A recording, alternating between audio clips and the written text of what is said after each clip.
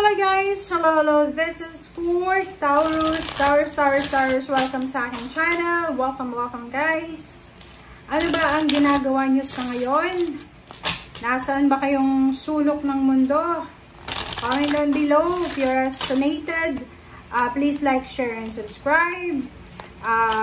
Sulat nyo dyan sa comment section kung anong ginagawa nyo. Ano ba? Nasaan ba kayo ngayon? Ano ba ang dala-dala nyo ngayon na burdens or anything? Okay. Taurus, this is King of Clover and Queen of Diamonds. So, sinasabi ng baraha sa'yo dito sa King of Clover, number 5, number 50, the bear is a sign of successful speculation. So, sinasabi ng baraha dito na possible na mayroong good luck and good fortune talaga na papasok sa'yo. Maybe this is a job offer, contract signing, this is new location, new place of work, new residence, or kung ano man siya na bago na successful.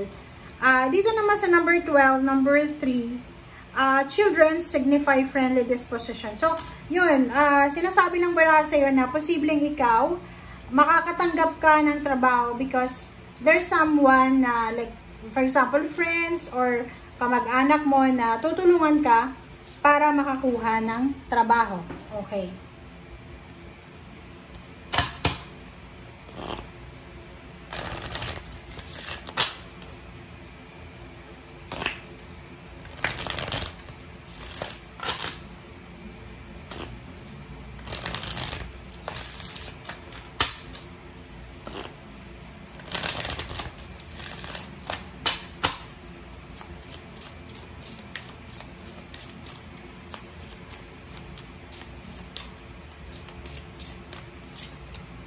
Okay, first card natin sa second deck is the Wolf Moon.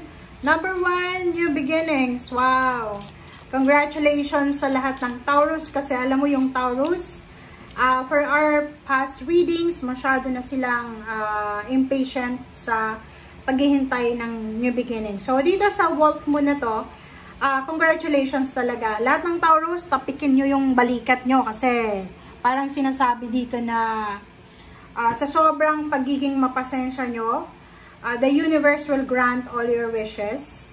Okay, there's a new beginning, plus meron dito, eto siya ay Ace of Coins. So, sinasabi ng barahan na new job, new source of income, new business openings, or kano pa man.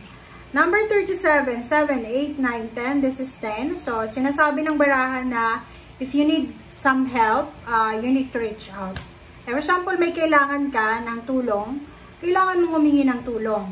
If ikaw naman ang may posibilidad na makatulong, ikaw naman yung mag-reach out. So, parang ganun. So, wag mong masyadong parang sarilinin lahat ng mga duties and responsibilities, especially sa family, especially sa trabaho.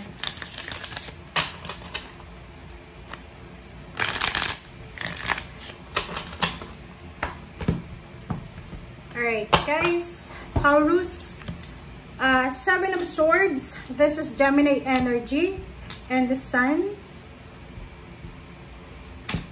Okay, the Lovers, nako. Comment down below if you resonated, kasi meron ditong Taurus na possible na in a relationship ka, like live-in partner, boyfriend, girlfriend. Hindi pa naman kayo yung parang committed talaga sa bawat isa. Like, yung iba mga boyfriend, girlfriend, or pwedeng live-in partner. Sinasabi ng baraha sa'yo dito na posibleng ikaw ay may karelasyon dati, pwedeng ikaw ay niloko, or posibleng kasalukuyan ito na nangyari na malalaman mo na niloloko ka. So, nakikita ko sa'yo dito na kailangan mong magdesisyon para sa sarili mo na kaligayahan. Okay? So, ibig sabihin, may mga relationship dito na hindi siya maganda. Hindi maganda eh. Kasi alam mo sa sarili mo na hindi ka yung mag-isa, hindi ikaw yung nag-iisang tao sa buhay niya. But, ang problema is, yung iba sa inyo, tinotolerate Yung relationship, yung karelasyon. Etong 7 of Swords na yan, ay hindi yan maganda eh. Kasi, hindi yan pagkakamali. Sinadya yan. Okay? So, kung ikaw ay may boyfriend, girlfriend kayo na niloloko kayo harap-harapan, kailangan nyo nang magdesisyon para sa sarili nyong kaligayahan. Okay? Alam nyo ba na ang buhay nyo dito sa mundo hindi unlimited? Kung patuloy kang magpapaloko dyan, mag-iingat ka. Kasi ikaw yung kawawa. Okay, Ace of Pentacles, King of Cups, 7 of Pentacles, and then 6 of Cups. Congratulations sa lahat ng Taurus talaga. Ace of Pentacles, new beginning, Ace of Coins. So, double confirmation, dalawa sila. So, dalawa yung pwedeng job offer, contract signing. Nakikita ko sa'yo dito kung ano man ito na magsisimula sa buhay mo. Ano man itong job offer na to, financial offer, or new beginnings about finances. Sinasabi ng barahan na magdadala to sa'yo ng katahimikan, peace and harmony. Kumbaga, ilang beses ka sigurong na lugi, na scam, ilang beses kang naghintay, ilang taon kang naghintay na matanggap sa isang trabaho, sa isang company. But now, sinasabi ng barahan na you will be lucky, you will be fortunate kasi lahat ng paghihintay mo ay mayroong parang ano siya, kaakibat na success. And 7 of Pentacles, sinasabi ng baraha sa'yo na bibigyan ka ng universe ng pagkakataon para makuha mo talaga kung ano yung gusto mo. Kumbaga, bibigyan ka ng choices and option. Dito pa lang, dalawa to eh. So, maybe dalawang company ang tatawag sa'yo, magko-confirm na nakapasa ka na, pwede ka na magsimulang mag-training, ganyan-ganito. And 6 of Cups, sinasabi ng baraha na lahat ng nangyari sa'yo sa nakaraan, lahat ng nangyari sa past, yung paghihintay mo, yung pag-iyak mo, yung hindi ka makatulog sa gabi,